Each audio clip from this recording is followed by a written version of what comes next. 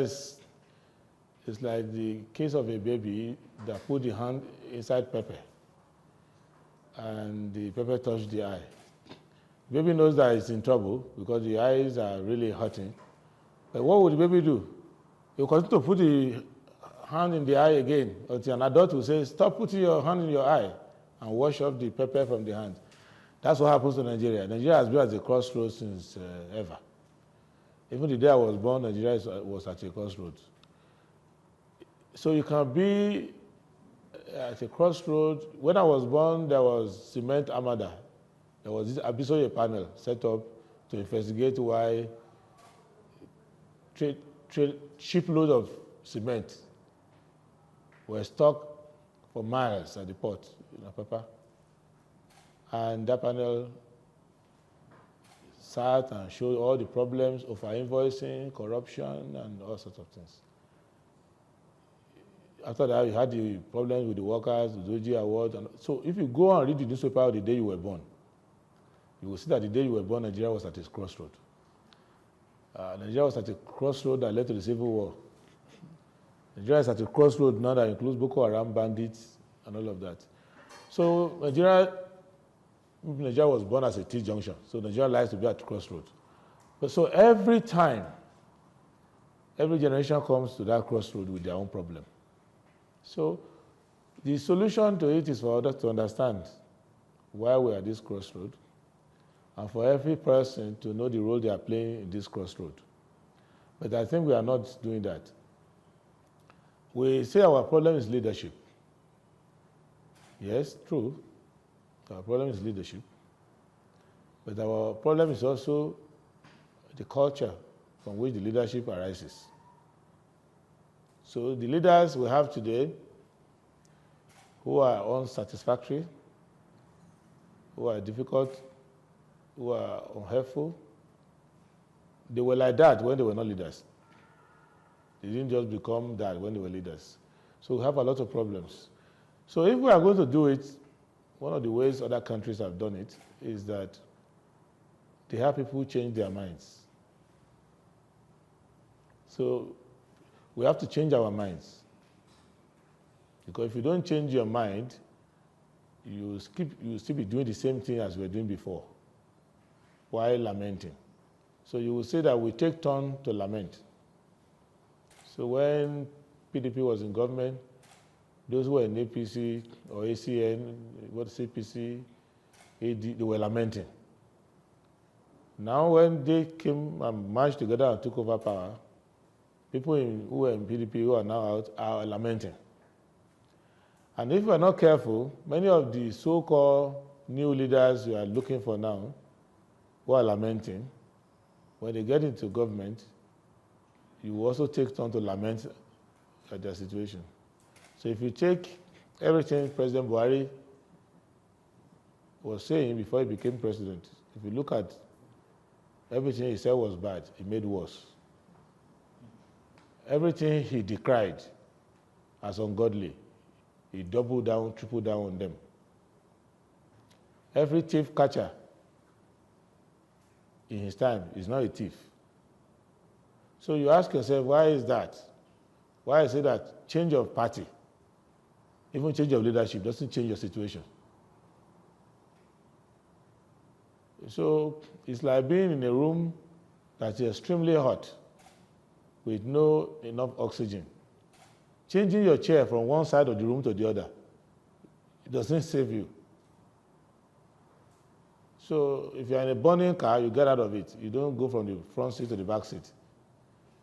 There's no way you can say a plane that is crashing, you are better off with the middle seat. The plane is crashing, all of you are crashing with it. So the problem of our leadership is that we have enabled a culture whereby public service is not understood by us. And if you look around, you will see there are 5 categories of people who are in leadership position and who are angling for it. Some are there because they are put there by opportunity. Somebody is a minister because his father's friend became president, and they say, okay, bring your son. Not that he had any vision. And after taking that office, he realizes, oh, this office is very lucrative. He doesn't live anymore. So he makes enough money as a minister of state to be made a minister, then he makes money and goes to become a governor. Then he does 8 years as a governor. He says, okay, I need to enjoy this more. Then he goes to become a senator. But he came to government accidentally. Some people wrote, I'm an accidental civil servant. So when you come something by accident, and you're in that accident for 30 years. So some are there because of envy. I'm a rich man. This person used to be a contractor to my company. He has money. He ran for governor. I have more money than him. If it's money he takes, let me also run. So they just like, you are looking for a chieftaincy title. Because somebody who used to be my PA is now called Excellency. Me too, I can do it. So the third categories are those who were inherited from the military. They were in power, and power means the same thing to them. So whether you say you are changing from military to civilian, they will change. And if you are changing from PDP to APC, they will also change the party. They're just there. They hung around power for a long time. Some are visionary people,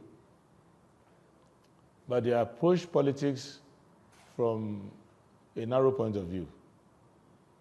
Where politics is quite more complex. So maybe you have an ethnic perspective, you have a religious perspective, so you just believe in that narrow thing, and you're in politics for that narrow thing. And you find yourself in a very complex office, which requires you to do more than you have thought about. And they start to fumble when they're in that office, fumble and wumble around, because they're not prepared for leadership. It's a narrow issue. The last said that people who are genuinely interested in leadership, but will come to a realization that what good leadership requires is not what our politics require. And we have to reconcile between our politics and our leadership, because politics is the pathway to becoming a leader. So the way to become a doctor is to go to medical school. The way to become a lawyer is to go to law school. To go to journalists, to go to school of journalism and all of that. So if what is being taught in the school of medicine cannot make you a good doctor, then you have a problem producing doctors. By the time you go through the crucible of Nigerian politics, if you had 40% leadership qualities in you, it will go to almost zero. Because the politics will teach you things that a good leader should not do. How to bribe people, how to do things, all sorts of things. So we need to clean up our politics a bit so that people who are potentially good leaders, when they go through the crucible of our politics, they will become actually good leaders.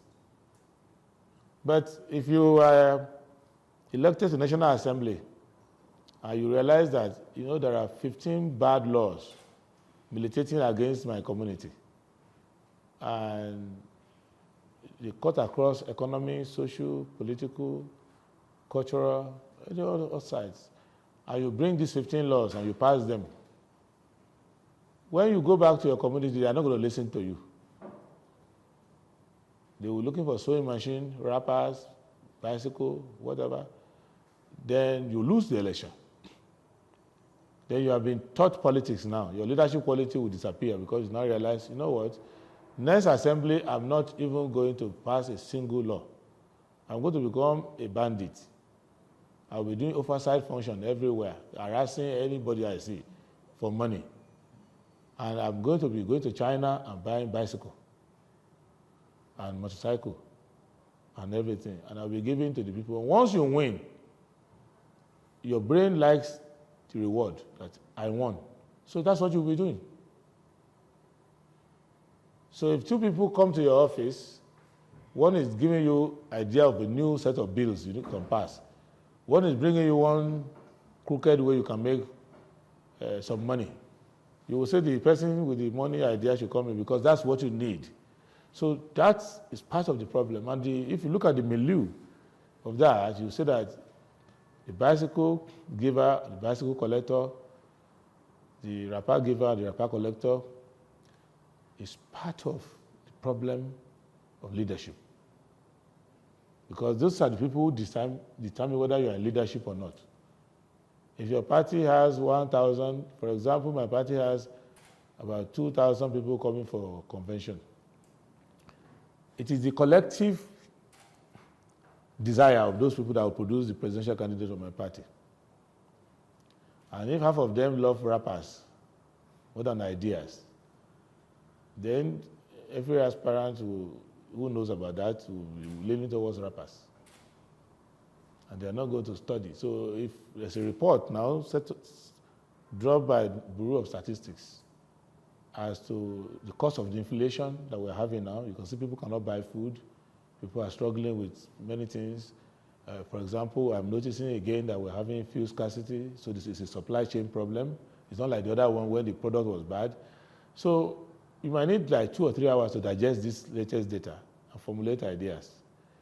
But if you get to the venue of the convention, they don't want to hear your story about what caused inflation. They want you to inflate their pocket for that day only.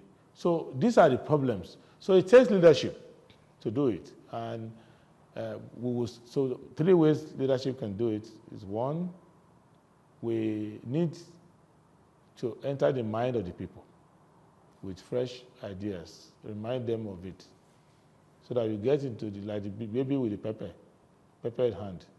You need to get into the head of the baby that the mistake is from your head. You keep using your hand to touch your eyes. Pepper will continue to be there. You also need the media. You know, journalists are very important. And politicians are trained never to criticize journalists, but I'm probably the only aspirant who criticizes journalists. And I criticize journalists the way I criticize lawyers and judges, which is my constituency, in that the media is very important. Because what the media emphasizes is what matters. And if media succumb to the economics of Nigeria and they follow those with money, people pay dedicated coverage, even though all the person does is just insult his opponents and make jokes and do silly things. But because he's paid dedicated coverage, you will follow him.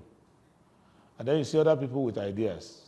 Because they haven't paid for the dedicated coverage, they have ideas, new thinking, new thoughts. Even if you oppose those ideas, it gives you an opportunity to interrogate the ideas and see their mind. You don't go there. And if the reporter goes there, the editor is not interested. So you will say that we don't have good leaders. But when you attend seminars in different parts of Nigeria, you hear new ideas from new people who are concrete ideas. But they don't make it through the media discourse. Sometimes I analyze what opinion writers, columnists, and everything write about. And something I call it saga du jour, which is the saga of the day. They write about the saga of the day.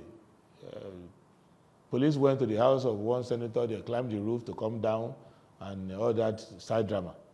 You will see that can take a week. That should be in the crime section of a newspaper. Because police wants to arrest a suspect. It doesn't matter who he is, that should be in the crime section. Then ideas will flow. So these are all the things we need to look at because of the fact that you use the expression or phrase, crossroads. And when you have crossroads, the most famous crossroads in Nigeria is Adewole Adebayo. You know, where vehicles are coming from every direction, passengers coming, truck pushers coming, bicycle coming. It's a confusion. So to do that crossroad, you have to see it all around. If you are the yellow fever, they call it those days when I was young, the traffic warden. If you face one side and shouting on one driver, the other one will use bicycle to knock you off the road. So to do that crossroad at Adewole Adebayo, you have to have a bird's eye view. Look at every direction where the problem is coming from and try to address the flow. So in Nigeria, that's why we have to take a better view of our problem. It's very easy to solve. For you to have good leaders, you have to have a common definition of good leadership. And that common definition of good leadership is what everybody will aspire to. I lived in America for many years, but they have certain parameters for a good leader. Person must not have broken any law, major law, including if you cheated in an exam at the age of 11, you are out. If you are violent to your spouse, you are out. If you lie to law enforcement, you are out. If you are military age, you dodge service, you are out. So they have all these parameters. If you've done something anti-America, you are out. Now, in Nigeria today, if you want to define good leadership, just do the experiment. You have different definitions. Because if you are a thief, for someone like you, the person is out. But some other people, if you cook food in front of your house every day, people come and eat, even though you are a thief, you are not out. Because they will say it's generous, it's kind. You get my point? And not only illiterate people say that, it will surprise you that you say, these people are illiterate, they're not enlightened. That's not true. Because when you read analysis by professors, chief editors, serious people in the media, they will write something like, he has a war chest. What are they telling you? That he's stolen enough money to bribe everybody. So when they are ranking aspirants, they will say he has a war chest. You get my point? So which means that if, as part of your leadership prerequisites, that somebody should have stolen enough money or got some money anyhow, which you don't really want to care about, and has the ability to splash the money across the country is one of your requirements. They will say he has a deep structure.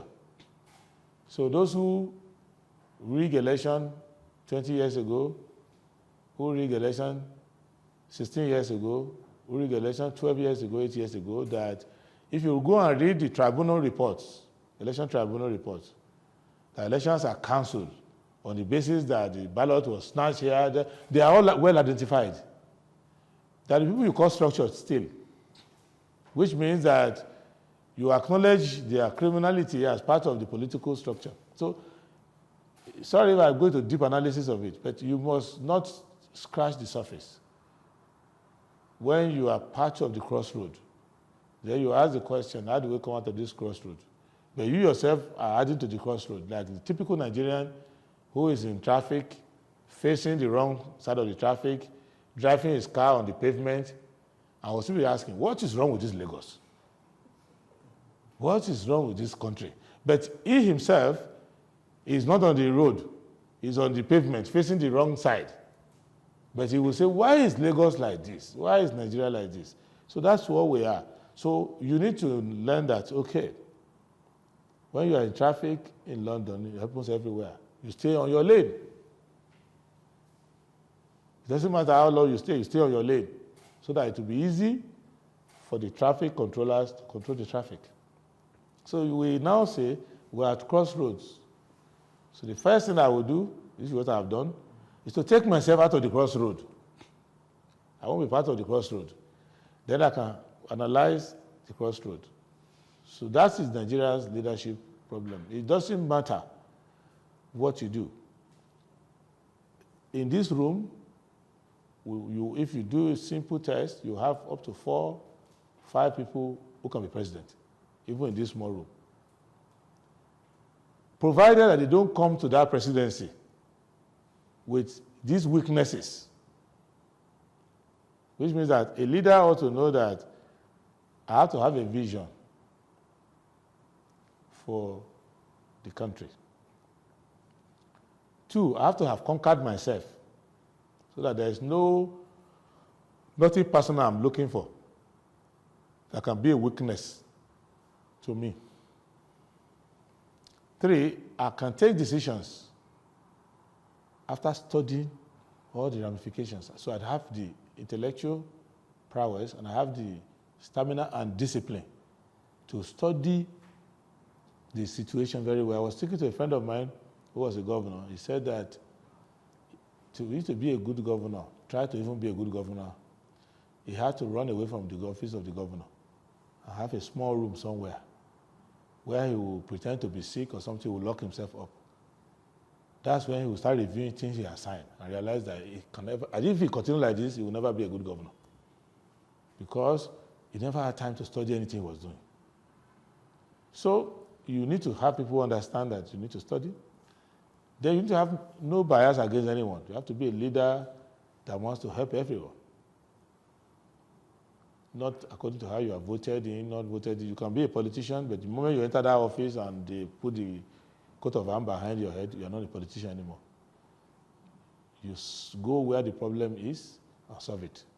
Whether you got 0 votes there or nothing, just go and solve the problem. Lastly, you are able to control your environment, not the environment control you. Because if you change leaders all the time without changing the environment, it's like taking a piece of white cloth and you dip it in the dye. As long as the pot of dye is there, you can keep changing the white cloth.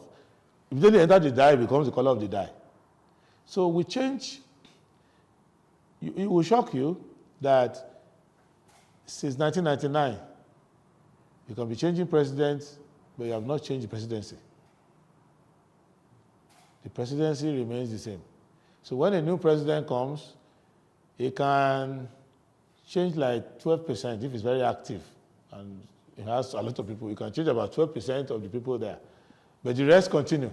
Unless they die, they get older or something, but it doesn't change.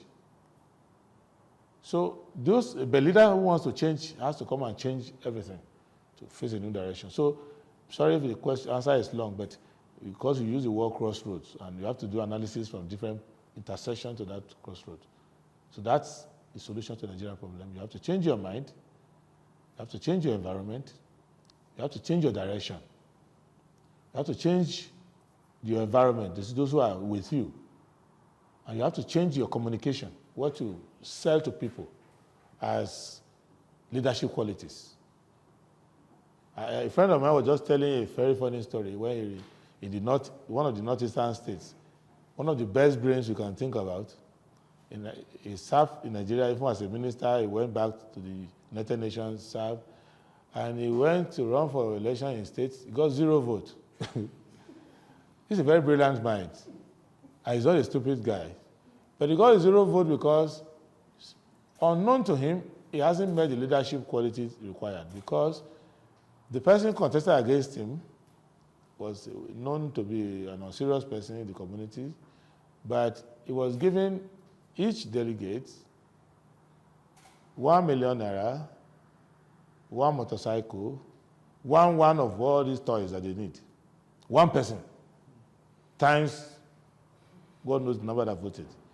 So the guy got 0 votes.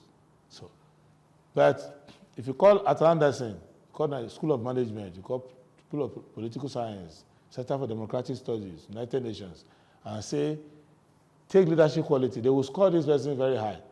But these leadership qualities are not the one adopted here. So the interview I'm having with you now, we're exchanging ideas. You are lucky, maybe 80,000 people will ever get to know about it. They will read the paper. But if I go on a road show with drummers, and I'm dropping a face cap and T-shirts, and thousands will know about it. They'll see there's a new kid in town. He throws T-shirts from the car, moving car. And then you can go to the house and eat food from now till the end of the year. And say, wow, you don't know who he is. It's just wonderful. You get my point? So it takes leadership to do a reconciliation of what we need and what we have. So what we need, and that's why we are suffering, that most of our leaders in recent times are popular, but they are not what we need. And we only know that they're not what we need when bandits capture us. We now realize that we need a good policing, and we don't have it. When we go to the hospital and come home and die, even we just left the hospital and we are back home and we are dead, we now realize we need good medical care. So when you travel on the road and your car runs into a pothole and you hit a tree and rush to the hospital and the hospital kills you, then your family knows that we need good roads. But when we are doing elections now, we don't remember. Collectively, whether you are the media, whether you are the political party, I'm running an election under a political party, so I'm not supposed to criticize political parties. But in my encounter, when I started politics, I found out that the greatest bandits and armed robbers are the party executives. They mount more toll gates than the police that you want to come and remove from the toll gates. You can't greet them, you must drop something. You can't, it doesn't matter what you come for. If you say the party office is on fire, get out. They won't listen to you, or you drop something first, then they can look at whether it's on fire truly. So if at that level, you saw what happened in the National Stadium, and the rumors and the information that came out of it, if a political party has on its days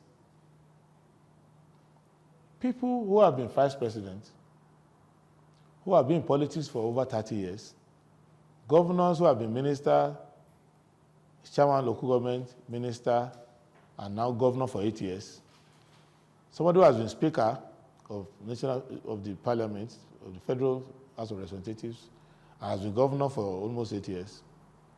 So these are all people known to them. But each of them has to bribe his way with dollars before you can decide who should leader there. It means that these years of experience of you knowing them, what they've done right, what they've done wrong, is not relevant. That is within their own party structure. I'm not talking of going outside. Because if you are an unknown entity, you can say, we don't know him. We don't know whether he's a good leader or not. But somebody has been in your party from the beginning and has served as vice president. So you know his character, you know everything.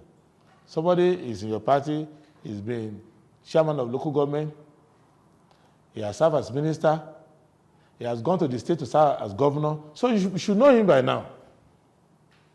But you are still thinking, $25,000 per person, $10,000 per person.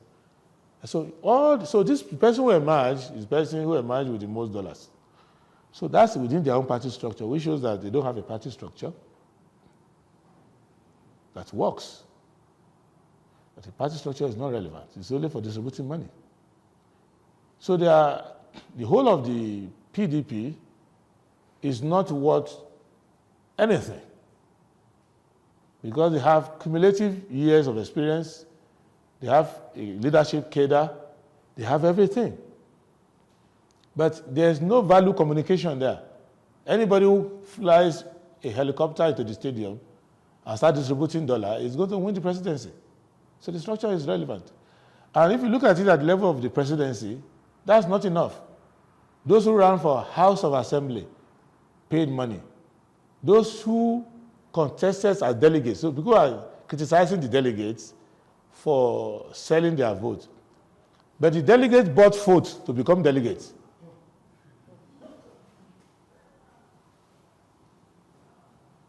The delegates themselves became delegates by promising the party chairman or leaders that, if I'm delegate and I go to Abuja, trust me, when I come, you will smile. Social percentage is for you. Meanwhile, they still have to go and sell their motorcycle or sell something or borrow money to pay the electors to make them delegates. So you consider that you came here with your crossroads, and after this press conference, you go with your crossroads with you, because the crossroads is following you everywhere. So that is the challenge. But it can be solved. It's not that it can't be solved. But you have to recognize that it is there, understand it, analyze it, look at your own role in it, and say it has to stop. So if it does that, then we will start moving forward.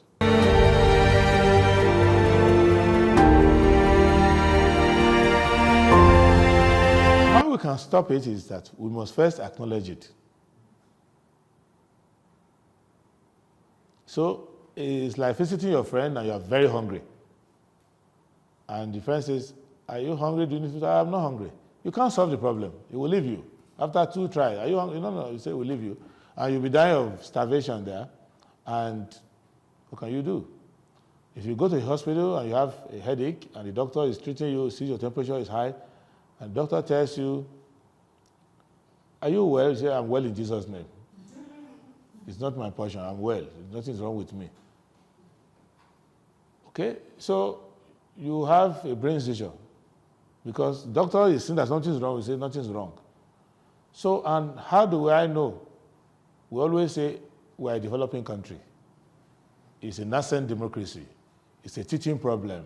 We don't want to acknowledge that we're just not doing it the right way. So if you buy a car, a new car, whether you are a village man or whatever, if you buy a new car and you have to drive the car, you drive the car. You cannot hit it, throw a stone and say, well, I'm just learning. You drive into a ravine, you say, I'm just learning. You kill yourself. If you want to drive democracy, ask yourself, what is democracy? It's simple this. It is a representative system where the interest of everyone is recognized and everyone is participating in it, which means that you must be good at representing people. And to be fair to our history, of recent, we've not had a good history of representing people well. We even have a proverb, at least in my hometown, I don't know other people's hometown, that it is the person who is not around that the goat does not have a successful delivery. Because if you travel, you have a goat, they say, yeah, somebody will sell your goats. When the goat has a new kid, they will sell it. What happened? Goat gave birth to the baby and the baby died. So it is we have a poor history of representing people who are not there. If they are sharing something, they will say, many proverbs in Nigeria will say that it's the person who gets the smallest share is the person who is not there. And the reason why we don't have a post office, because the postman is supposed to go and deliver your check. But what happened, I knew when I was growing up, you will find out that if your uncle sent you a banker's check, or we used to have something called a postal order, because I fell victim of that. They send you a postal order. The postman who's supposed to deliver the mail will go near a light and start to see what is inside the thing. If it's money, we'll tear it, go and cash the check and throw your envelope away. That was why we stopped using the post office. We don't have a culture of representing those who are not there. And that's what governance is under a democracy. That you are sitting down as president, you are managing the resources of those who are in the slums, who are everywhere. Where you send money to the university, you send the money on behalf of the children who will attend the university in the future. That's why you are building the university now. When you appropriate money for hospitals, you are sending the money on behalf of somebody who is 5 years old now, but will soon be a mother. If you just a number of years. So you're building maternity hall for them ahead of time. So that's how to solve the problem. We have to get people who can represent people and not represent themselves. But for them to do so, you have to ensure that they don't have to put so much into it. In many communities in the past, how they were able to get community development was that the community will contribute money together. At least it happened in my communities about 180 years ago. Community used to contribute money and send the brightest kid in the school to England to go to school, or to Forabe College in Sierra Leone in those days, before Nigeria was established. So they will hear of a good school in Aberdeen or Liverpool or anywhere. So community will gather money and send. So the person is going to represent the community. Once he finishes the community, he will come back to the community. So he will not say, it was my parent that sent me. You know the community sent you. That's how we had the first developers of the community. Same way now you can have people who are going to be your leaders. The community has to send them there. But now you have to send yourself and bribe the community to get there. So that in some communities, if you are a politician and you come to visit people, and you don't, and they come to visit you, I mean the people, if you don't entertain them enough, they say you have nowhere to go. If you come to visit them, same thing, if you don't bring enough goodies. So we've reversed it. So there are many, we cannot in one conference finish everything, but the thing you must get to know is that you must let people know that politics is not for the politician. Politics is for the community. The politicians are the representatives that the community send to go and represent them. So it's not a Buhari presidency. It's Nigeria's presidency, which we send Buhari to go and execute based on the alleged integrity that they say he had. So, and if we made a mistake in that, we will still send another person there. But if you listen to the chatter and the discourse around people going for the presidency, there is no sense of the collective there. It's just about, I have what it takes, I have all the money, it's my turn, or something like that.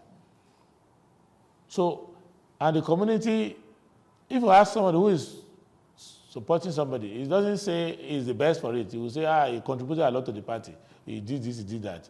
And what are all the contributions? So we have to have that common, that consensus. We have some consensus now regarding leadership. But the consensus are the consensus of opposite of what we need. If you are a governor of a state in Nigeria today, and you just take the money of the state and steal 60% of it for yourself, and distribute 40% of it to media people, to lawyers, to civil society, to women groups, to youth groups, you will be very popular. There's a consensus around that. Everybody reacts to generosity in Nigeria. There's a consensus that if you want to be a good politician, you have to be generous. And you have to be generous with the public resources, whether you steal it or whatever happens. It's a consensus that we have, whether we want to write it in our book or not, but it's a general consensus that if police are guarding you in your convoy, they will be happier if you are sharing money. We have seen video of a supposed first lady saying we are sharing 1 million to all of you. But in another country, those policemen will not accept the money. They will immediately go and write a report that they are stealing money in this place because the wife of the governor is sharing cash, and 2 bundles of the cash is more than the salary of the governor himself. So they will immediately write a report. But they were happy, they were clapping. So media was there clapping because they collected their own.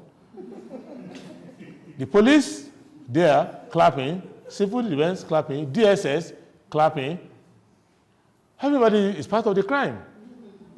So there's a consensus around the fact that the governor can steal enough and the wife can join, but if they share it, they are nice people. So you get the point I'm making. So it's like a snail, community of snails, arguing among themselves. Why are we wearing this shell? Why are we slow? Why don't we move fast? All of them are in it. With this thing I'm saying now, when I enter politics in Nigeria, I started politics, within 2 weeks of learning politics, I've learned 200 new crimes that I must commit if I must succeed.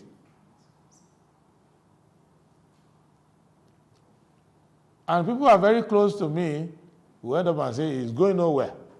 Don't mind him. He thinks he's America. Don't mind him. You get my point? So, this is part of what I'm saying. That, because you say, what's the solution to it? Solution is anthropological, sociological. It's like that. Even churches and mosques are into it. I've fallen out with some religious communities because I was not able to distribute trailer loads of rice during fasting, which I thought was extraordinary. You get my point, that you should expect such from just a person because he's running for office. You get the point I'm making. I believe in private charity, but if it's not a requirement, I found that, but it was a serious encounter with people who actually genuinely love you, but they're not that they are wicked or stupid, they're just genuinely shocked that you are so unkind at this hour of need that you cannot find a way to get trailer loads. And they were showing you picture of the one delivered by people who are actually confirmed criminals. They said you can see who is brought. So, and every church that is now having a church project of which they are going to invite you to be the person to be the chief launcher of it. They don't even know whether you have good qualities, whether you are truthful, all those that's in their book. They don't care. So it is an epidemic. It's like when we had COVID. Even the doctor who is advising you has to wear a mask because he too has COVID. So it's a problem like that. So if you want, you can live with it and do your politics around it, in which case you condition your country and say, our society will never grow beyond this. Because it is a cultural problem that we have, and the politics cannot be, your politics cannot be cleaner than your culture. Your politics cannot be stronger than your culture. You have to change your prevailing culture and values, because politicians are beauty contestants. They are like in a pageant. You do those things that will make you most popular. And so they get the feelings from the people that this is the road to success. This is what is popular. So it's like a school where you know that if you study the hardest and you write the best result, the best paper, you get the best result. But if you start discovering that if you go to a lecturer's house and you do this, you do that, you are likely to pass more than the person who is studying. Every student who gets that hint has to make a choice, whether to pass averagely or follow that side. And then the next generation will not even consider it. They will say this is the only way to pass. Because I noticed that when I was doing youth service, I graduated from Ife, and I went to do youth service, and I saw that I had to teach in one school as a volunteer, in one tertiary institution, and I discovered the kids were looking at me like, okay, is this all you have to offer? And I was leaving, they said, come. When will you start selling the handouts so that we know how much we are paying? And I said, what does that mean? Because all the time I was in school, I never heard of it. They said, yeah, you print all these things you are telling us, we can't be writing it down. It's too much. So you put it in a piece of paper, you roll it. If you don't roll it, we know where to do it. Then you tell us how much we will pay. So we know where your question is. I had a serious fight with the registrar of the place to say, what kind of rubbish is this? But over time, when I started sponsoring students for school, and sometimes I see their report, they will write there officially now. Not the whisper that they whispered to me in my time. They will write it, hand out money, 30,000, this and that. So that is the problem of the country. So there is nothing you can do. You get my point. So you need journalists to teach society. But if you are going to run for the president of Nigeria Union of Journalists, and you have to bribe delegates there, and you need a governor to sponsor you, and you have to do banquet for your members. So it means that even the people who, if you want to become, you need to jail criminals, you need judges. But if a person wants to be a judge, has to bribe somebody to be a judge. If a policeman has to bribe somebody to get promotion, and is supposed to be in charge of fighting bribery, you get the point I'm making. So you can look at it from that deep analysis, or you can be fanciful and look at it from the surface and say, we should do better democracy, we should do better system. But this calls for deep analysis because the problem has entered into our defense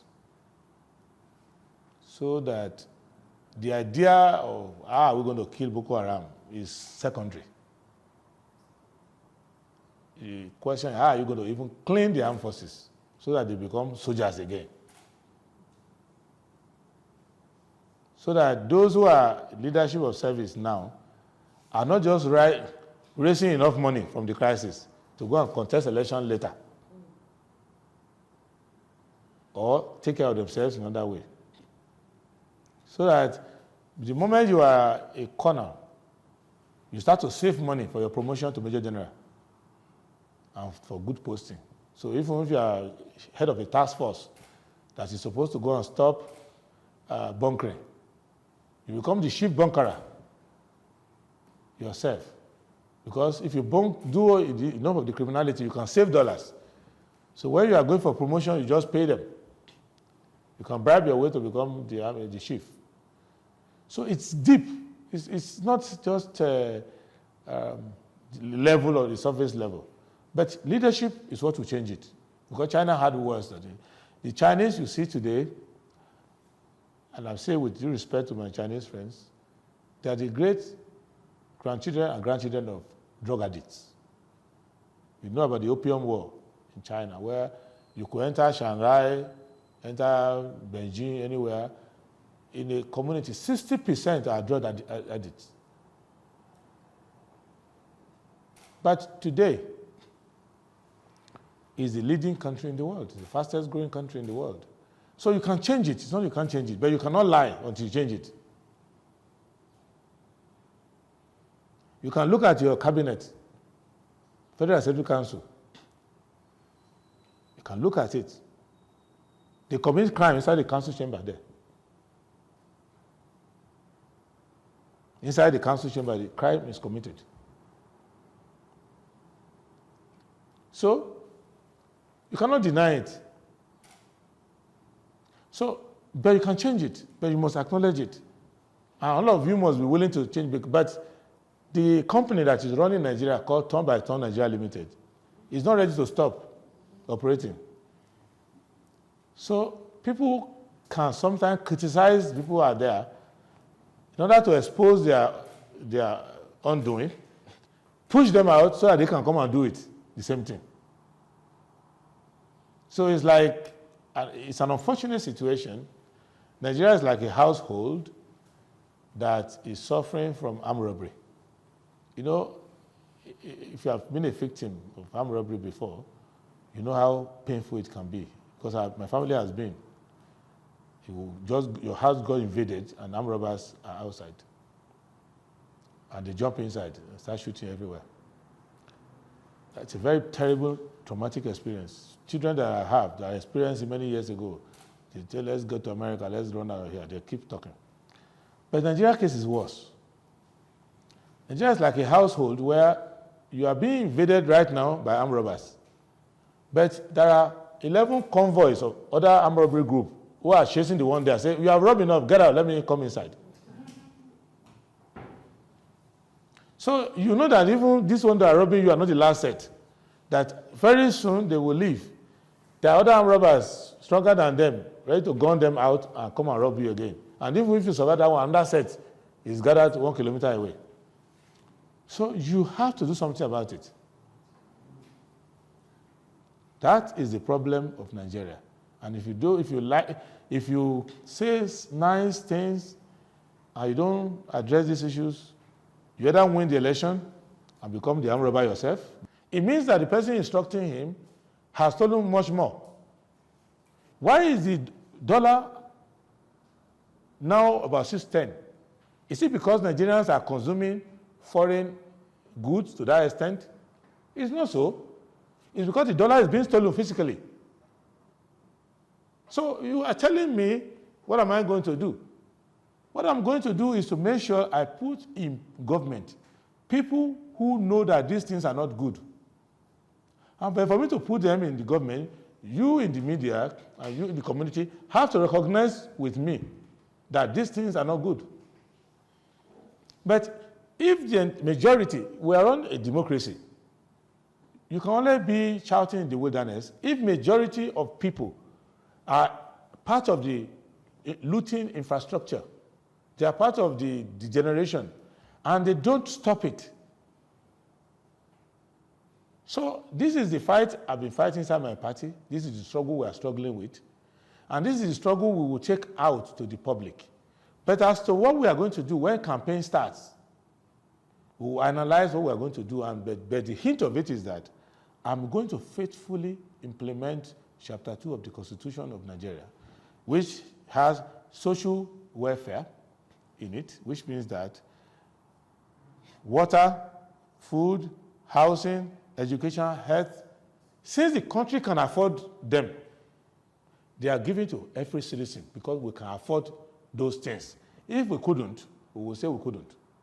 But we can afford it because we have enough money to afford those things. That's number one. Number two, economic participation is what is part of what is there.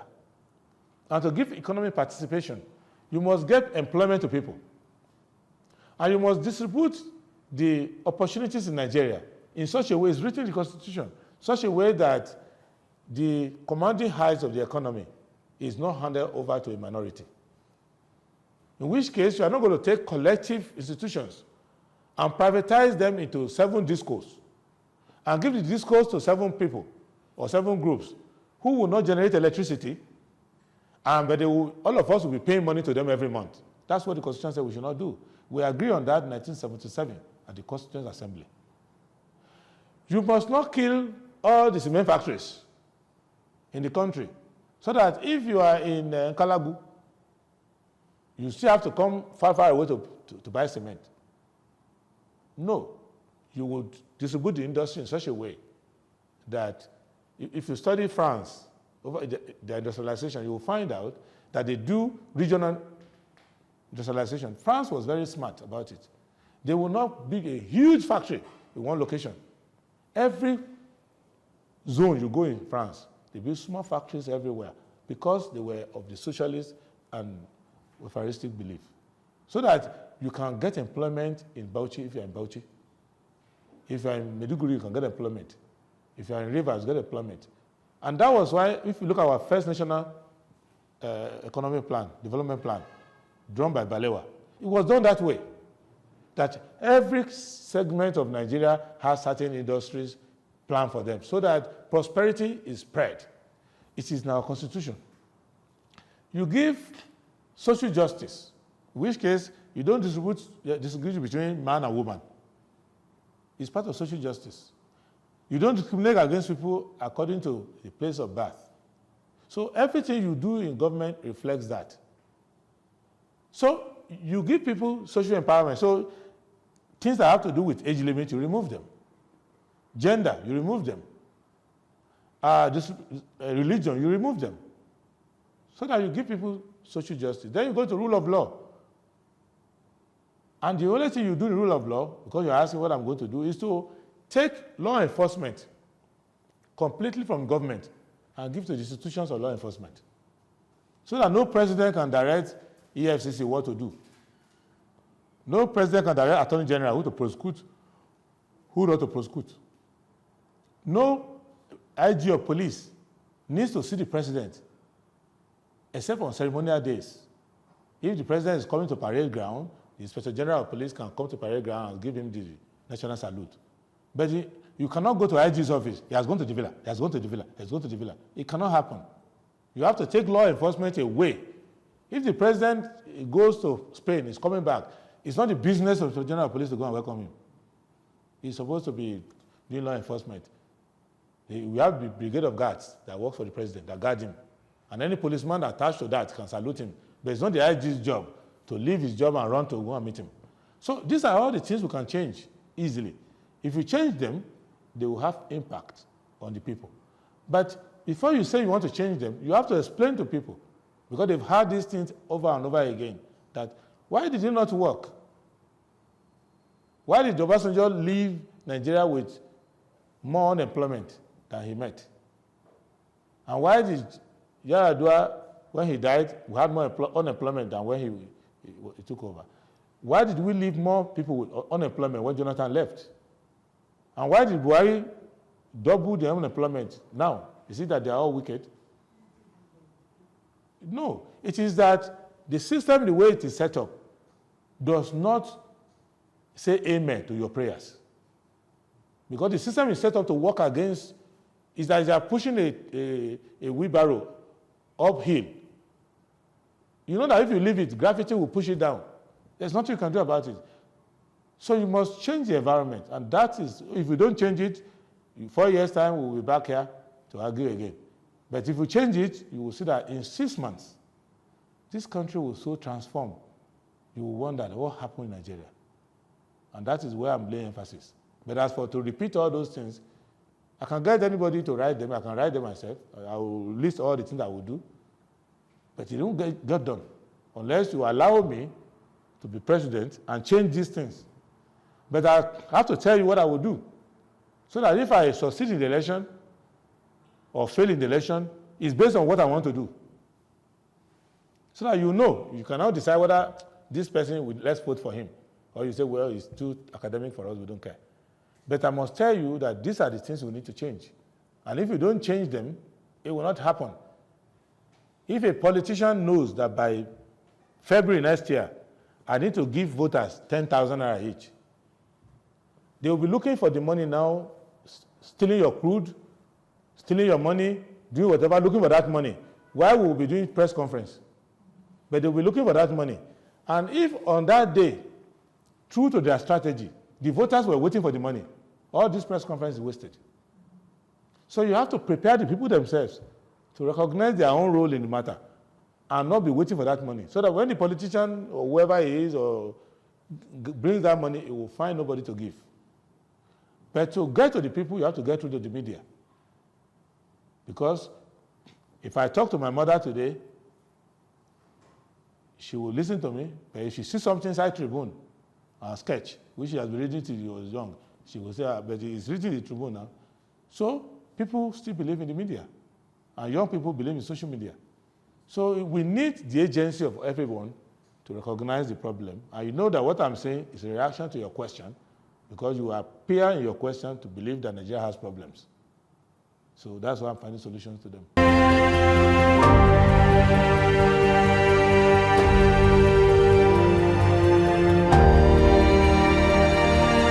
If he can't find his way inside the party in which he was part of the leaders all these years, inside his party that he formed, he can't find it, he misses his ways. If you miss your way inside your own bedroom, how are you going to know how to find your way in your neighbor's bedroom? You see? So let him find his way. I don't have a problem with him or any of his people. All I know is that if he can't find his way inside his own party, definitely he can't find his way inside my own.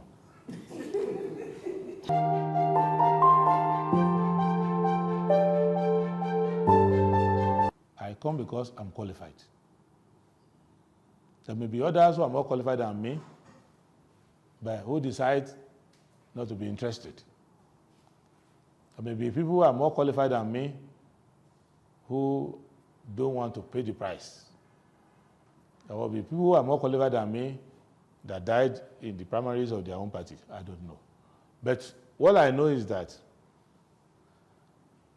the problems that Nigeria is facing are problems that are well known to me.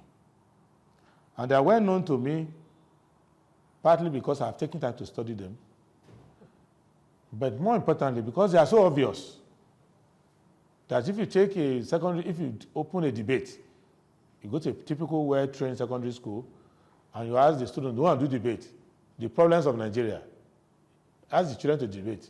If you take notes, you know that these children understand the problem of Nigeria. So they are so obvious. If a bandit is chasing you in Kaduna, Abuja Road, you need a professor to tell you that bandits are chasing you. A hungry stomach, you know that they are hungry. If government is accusing, if an opposition is accusing the government of corruption, you can say maybe opposition is malicious. If the government itself is saying we are corrupt, Do you need me to again tell you that that's a part of your problem? So the issue is that I feel that I'm qualified. I've studied the situation. I've studied the problem. If other people who are qualified in other parties come out, definitely you will put questions to us, you do debate, you will see. But I prepare myself for leadership because I've always believed that you should not live in a society as a taker.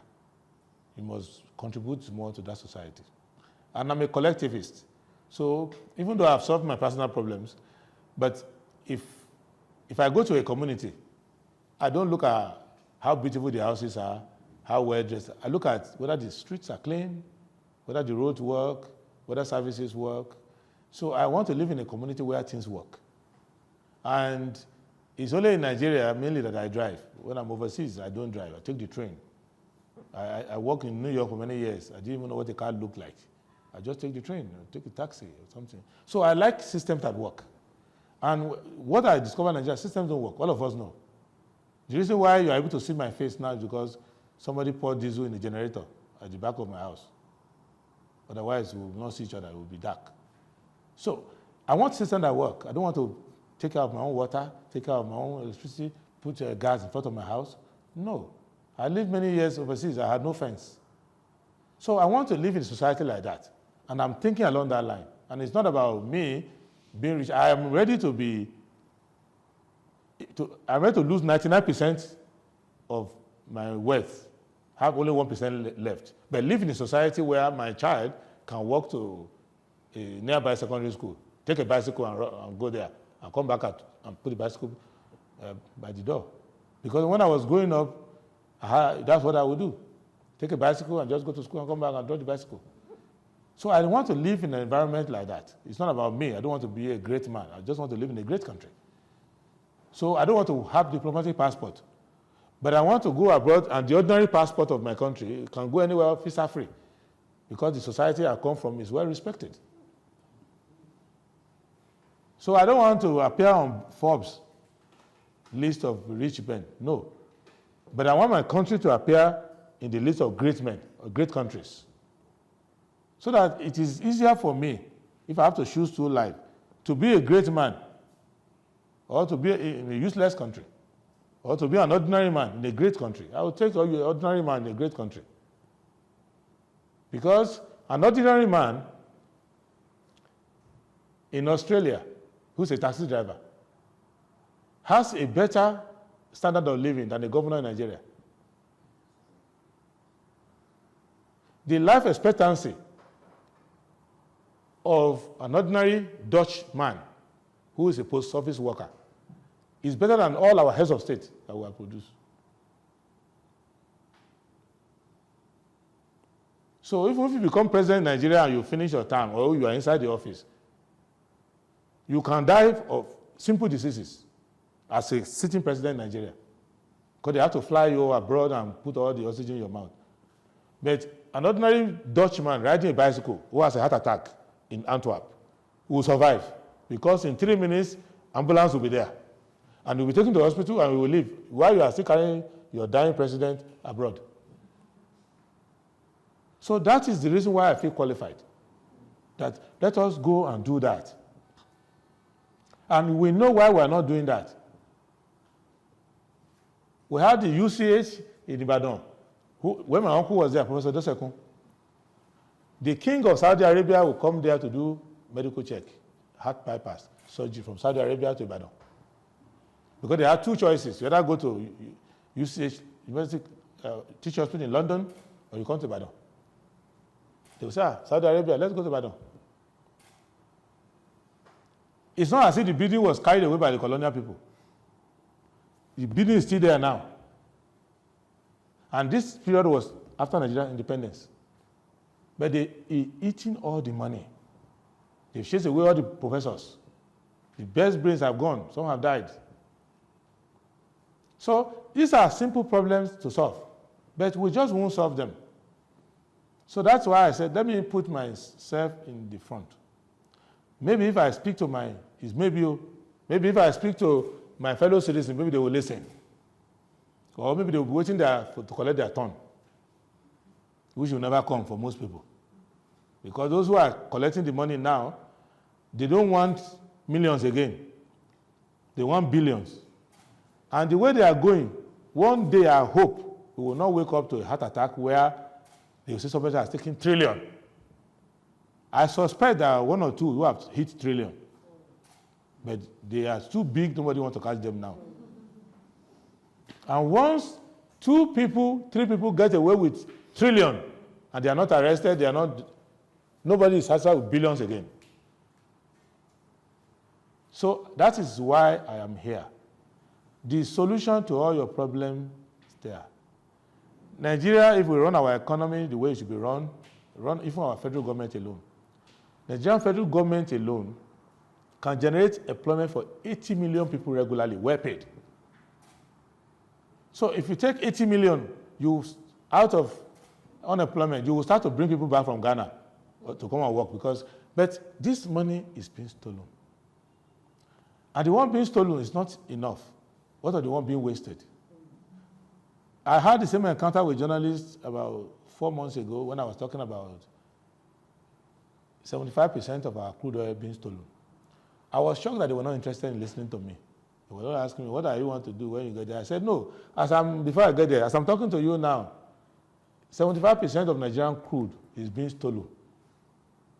Russia is at war with the rest of the world because the Western world are joining Ukraine to fight Russia. The Russian ruble is increasing in value. I was seeing the news yesterday, fuel price is going up in America because oil price is going up. Nigeria is the only country in the world that our currency, which is tied to our oil sales, is going down while oil price is going up.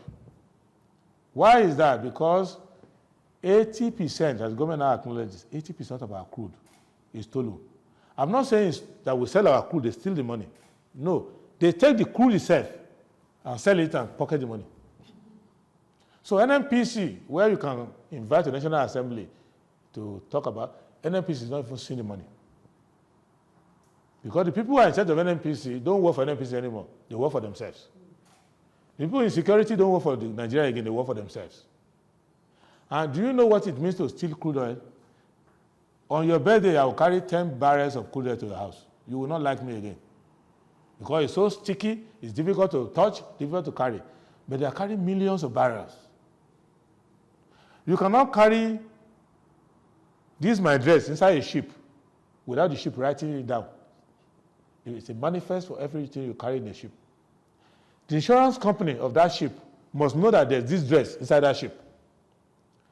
How can you carry millions of barrels of crude oil in ships the size of 20 Dangote trailers, 200 Dangote trailers, that the country where it's going to won't know that the crude oil is coming? There is a specialized vessels to carry crude with different ballasts and everything. But it's being stolen, and the government is telling you, we see we can do it, we are working on it. So, and every editor writes their story. Oh, somebody fell down at a PDP convention. Oh, somebody stepped down for somebody. But they refuse to talk about it. Whereas in the past, in Nigeria, every newspaper will put crude oil in front of their masthead to say that we must find a solution to this one. So that's why I'm saying that as a society, the leaders and the followers, we are kind of looking alike now. So as I'm talking to the problems of the country and leadership, I'm also talking to the problem of followership. And I'm also talking to the philosophers, like media, like lawyers, like all of that. So that is what made me to think that I am qualified. And if in the course of your coverage of the campaign, you hear of people, whether you hear of 3 or 4 people talking like me, you'll find out that no. So you now know that this is what I have to offer to the politics. The voice wasn't there before. That's why I came out. If there was somebody who is saying what I'm saying and try to do what I'm doing, I won't come out. I will support the person. But if I see that majority want to distract you away, they will say, well, I went to Harvard, so I have knowledge. If you go to the villa, there will have 20 people went to Harvard there. If you go to a government house, you will see essay to the governor who went to Cambridge. But the governor will still send him, carry that money to chairman of a party and come back. He will forget about Cambridge, you carry it and go and deliver it. If you go to Accountant General's office where these billions, hundreds of billions are missing, you will see that they have master's degree in finance, public finance, from the best university in the world. Why are they not able to stop it? So it's a character problem. So you need to have people who don't want what does not belong to them. People who want to live. The last person who I thought was the last good CBN governor, I had a meeting with him in his office many years ago. I was a younger man.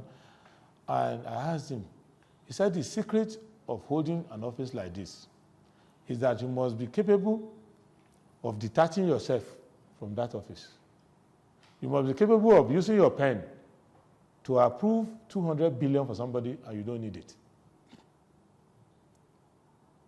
So until you have leaders like that who don't need it, their family don't need it, their age don't need it, don't you know, are you saying you don't know, that the greatest crime committed in Nigeria, if you see any crime on the street, a bigger one is committed inside the villa. That's why that one on the street is allowed to be committed. If you see a policeman with 20 naira bribe, it is because the IG is collecting 20 million.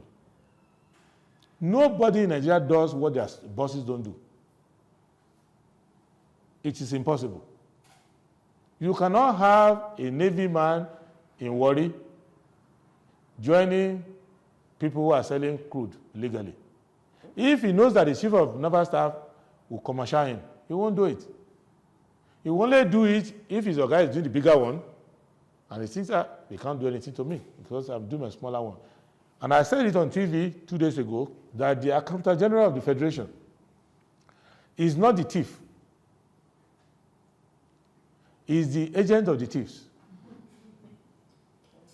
He is being punished for keeping for himself some of the things they asked him to come and bring.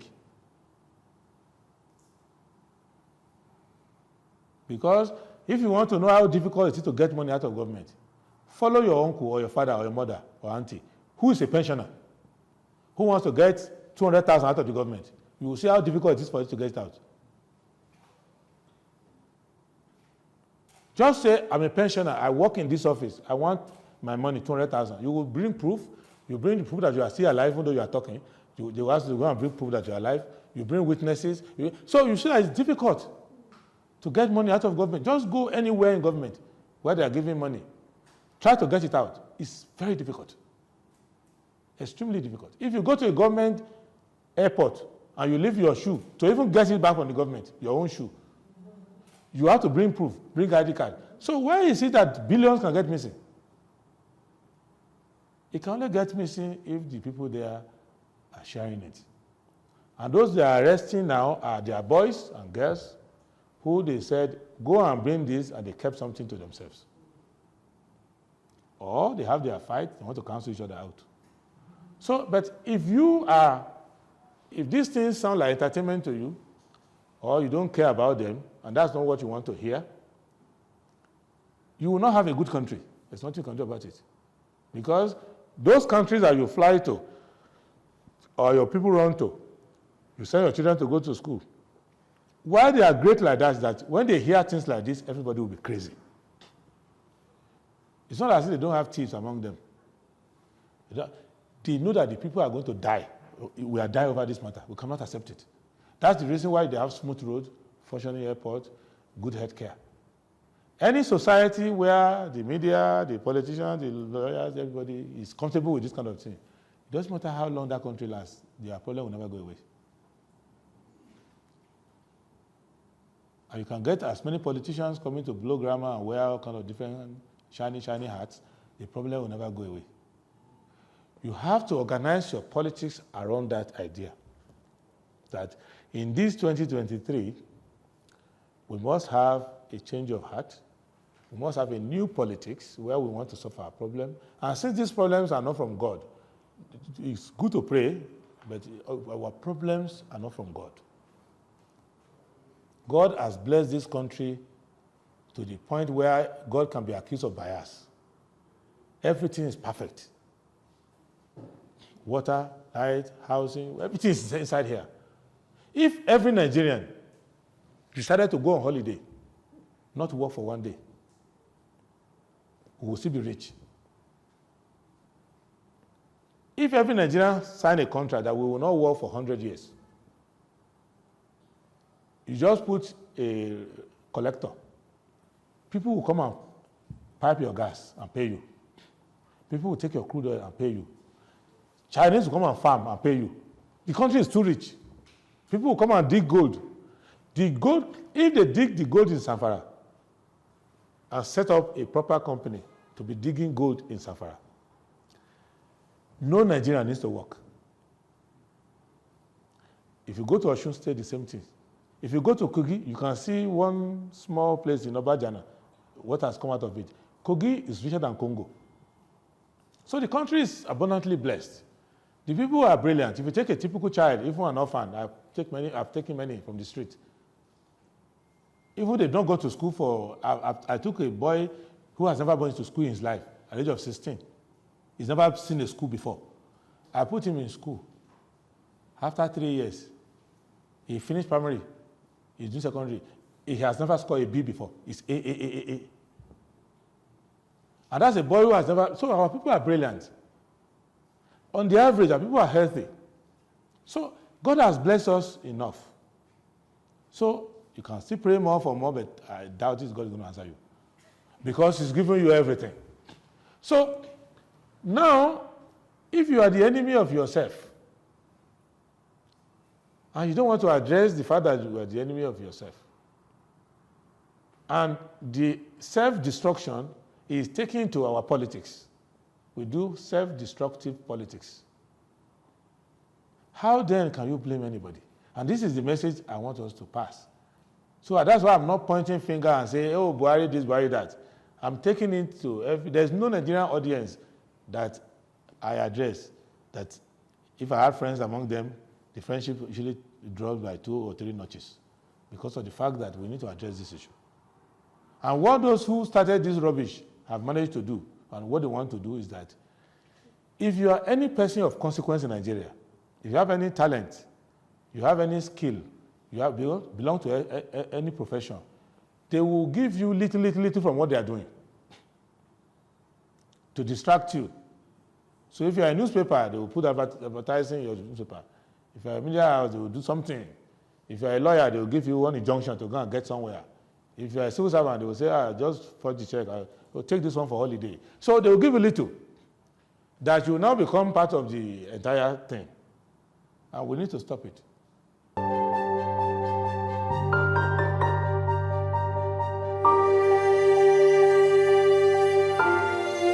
Our leaders thought we could start industrialization from two angles. And they got those 2 angles right. One, you start from value addition. So if you were exporting raw cocoa, you start cocoa processing factory. Ada Palm, set up by Okpara, one of the best brain ever to be a Nigerian leader, Michael Okpara. He set up Ada Palm and started setting up, if you go to Umongas in Naba, he set up factories to make soap from the thing. So you grow all like that. And then from granules to make granite oil factory, you do all of that. Liver Brothers, all of them came. So that's one angle to grow. You use your raw materials. Second angle is import substitution. Things that are simple that you import, you will now substitute them with local production.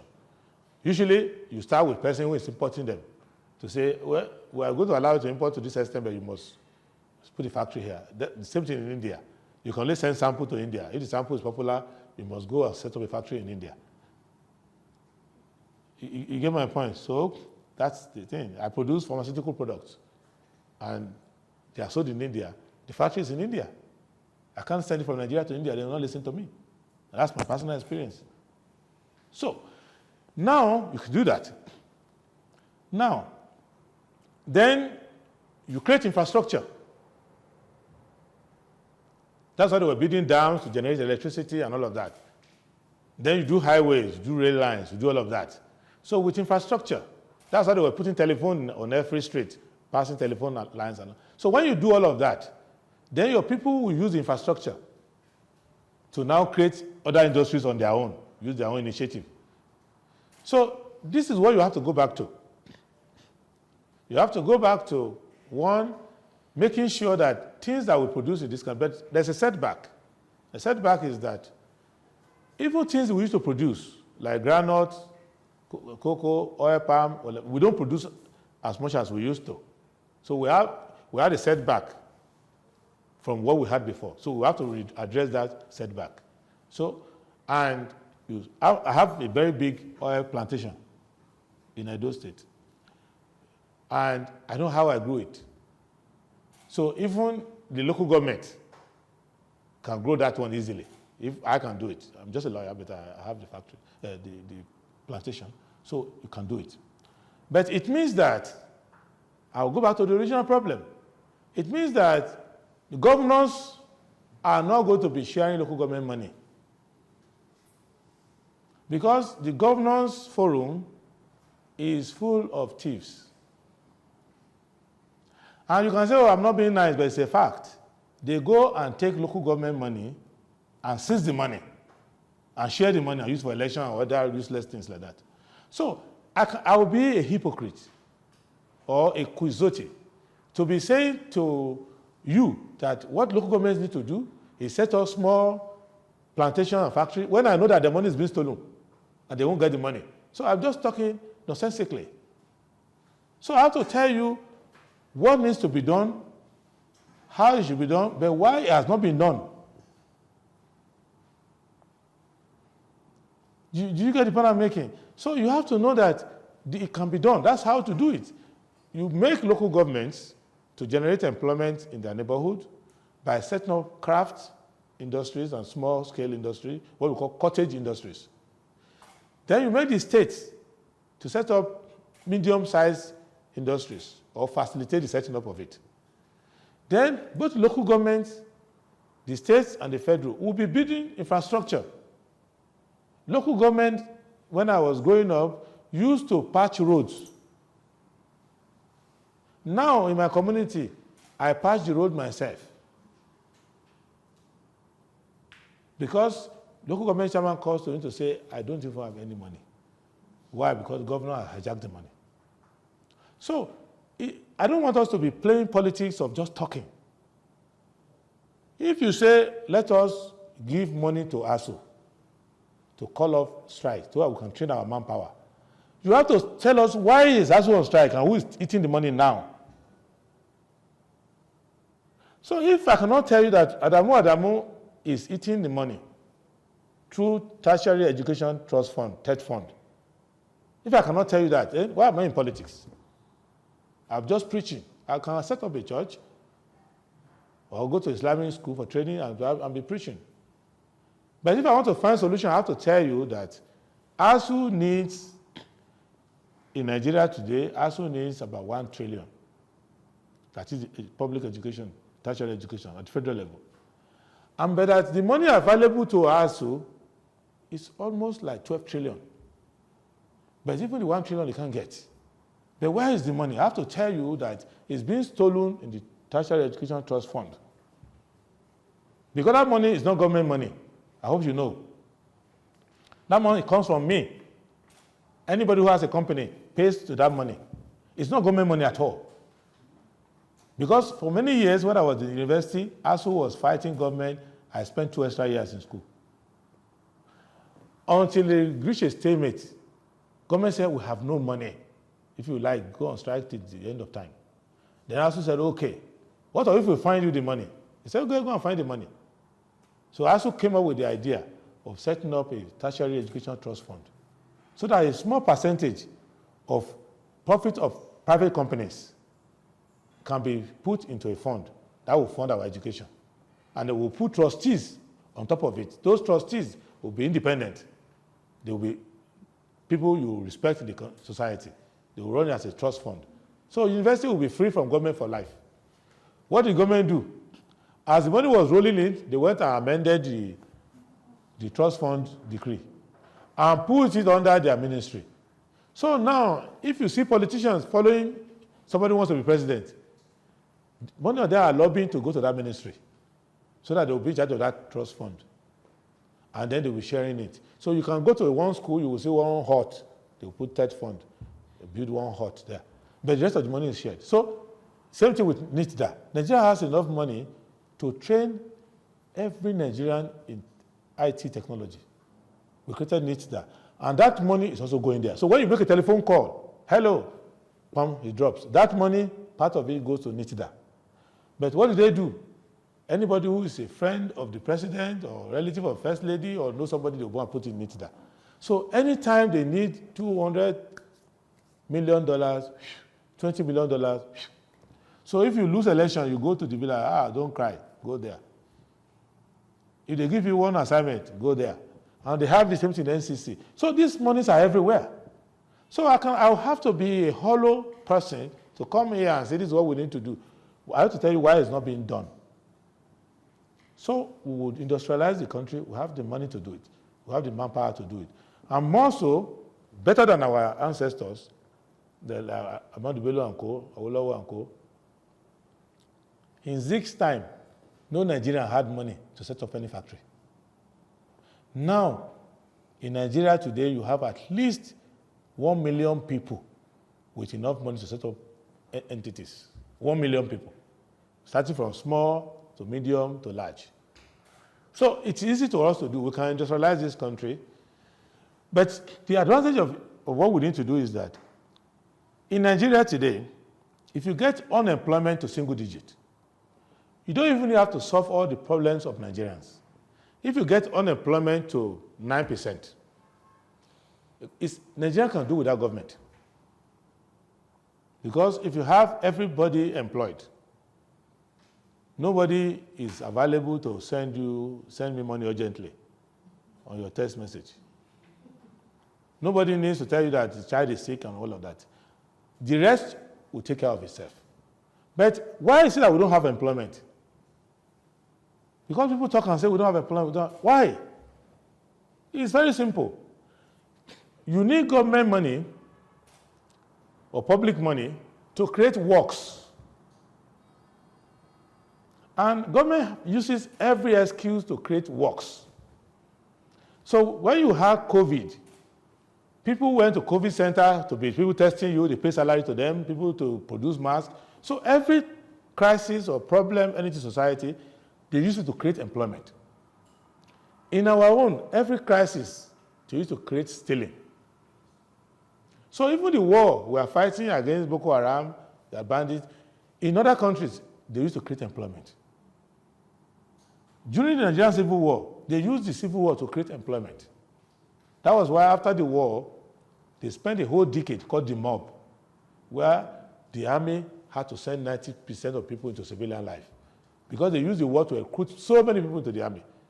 So many communities, you go around Nigeria, Middle Belt, some parts of the other places, many of the buildings, houses you found there are the salaries of soldiers who went to war. So what I'm saying, generally speaking, is that the solution to the problems are there. But they are not being applied because it is painful to those who are in charge. Because if you can make money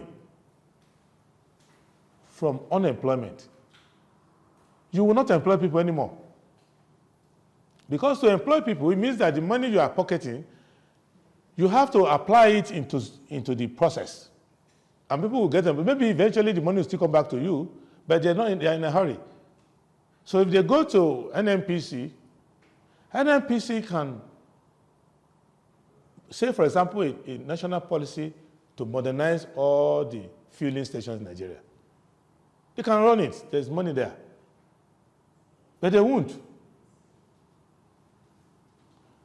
Pipeline, creating depots, they won't. So this is the problem. You go to Ministry of Agric, what do you have? They have some sludge fund, which they share among themselves. They don't do any farm settlement or anything. No. So it is the reason why. So it's not as if I'm a magician from above. I'm just an ordinary person who has seen this problem.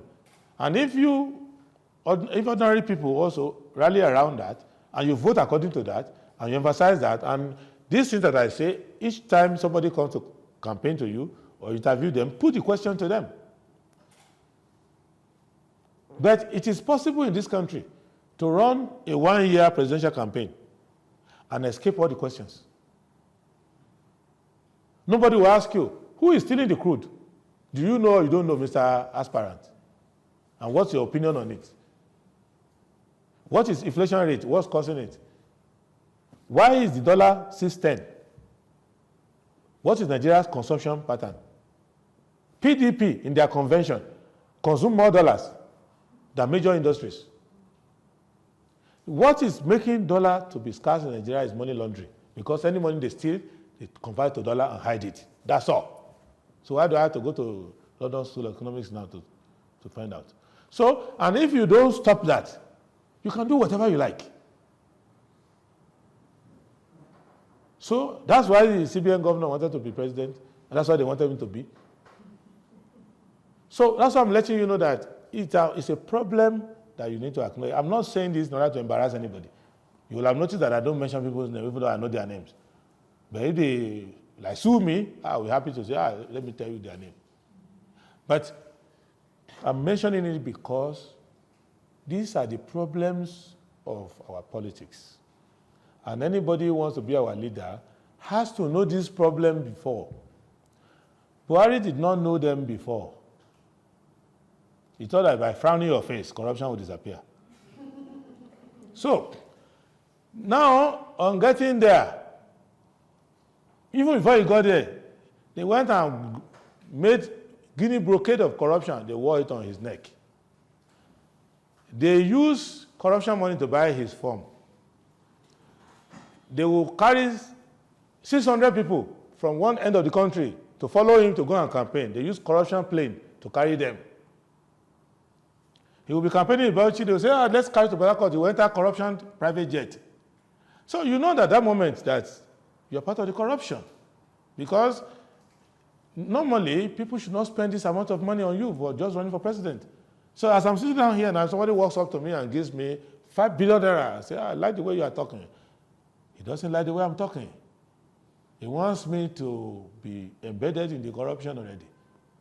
So, and it's a culture of gratitude. So if people are supporting you, giving you money, when you want to make minister, what do you do? I have conscience in this country now. You say, okay, you've been petroleum, you've been transportation, they've cut you. You stay with me in the villa here. You get my point? So the corruption continues. But why are those people needed in politics? They are needed because you in the media, you in the politics, you need what those people have. So if you spend 100 million on the media, you get more coverage. If you spend 10,000 naira, you get online. So, therefore, you go to people to invest more. But these people who are investing are part of the problem you say you want to solve. And not because they are bad people, but because they cannot self-liquidate. Nobody is going to finance somebody coming to block their source of money. But the source of money leads to bloodshed because they are making money from the blood of innocent people who are dying from banditry, from kidnapping. Otherwise, I'm not jealous of the money. But if your money is the source of the sorrow of the country, why do you have to have a sorrowful country? So you want people to be psychotic to the point where everybody is now virtually a ritualist because they are mad. This problem of the country has turned everybody to a mad person. So you need to address it. And I'm saying that on the positive side of the balance sheet, when we spend the money of Nigeria well, we generate employment. These people who get employment will still come and rent your houses. You will still get some money back. If you are a rich man with land, they will still buy land from you. If you set up private school, their children will still attend the school. You get my point? But don't kill them to make the money. Don't give them a 20-year war that you can end in 2 weeks. just because you want to get the dollar. End the war. Spend the money on infrastructure or something. They will still give the money back to you. The richest people in America under George Bush's father are still the richest people under George Bush's son, under Clinton, under Obama, under Trump. The rich people will always be rich. There's no way. I'm not coming to eradicate all the rich people. But I want people to make money from productivity, not from destruction. Because right now we're making money from destruction. If you generate any income, you destroy it, you bury it. People die in this country. And their family don't know where they have buried dollar. They become dust themselves, the dollar becomes dust. People take money overseas and they deny that is their money. The white man eats the money. People will set up industries, they kill the industries. So no job, nothing, everything is destroyed with it. I'm saying we should stop it. I'm not saying that it's going to be a communist country where everybody gets 2,000 in their pocket. No. I am saying that let us start to do production so that we can produce 10,000 billionaires. I don't want to be any of them, but produce them. But our people will wake up, being able to generate employment, being able to live well. We are a very happy people. We like to party, we like to enjoy ourselves, but we don't want bandits to kill us. But right now, the government has a better relationship with the bandits than with the people. Because the government needs the bandits to make money. So we have to plead to our government, or if they don't change their mind, the next government you want to form, make sure they don't love bandits more than you. There are policemen who love crime more than the victim of the crime. Why? Because they want to make money. So why don't you make policemen comfortable? So that a police inspector in Nigeria can send his children to the best school, live in a nice house, and drive a car without having to go and stab somebody or shoot somebody and get the money. Because there is enough money. In the 18th century and 19th century, poor countries of Europe became official bandits. They went around the world, set up a navy, and to go and steal resources and bring back home. Because they wanted prosperity for their people. That's why the Spanish went to the Americas. That's why the British went to India, went to Nigeria, went everywhere. To take from you what you don't have. But here we have everything. So why don't you just apply them to take care of our people? That's the message I'm passing. There's nothing esoteric about it.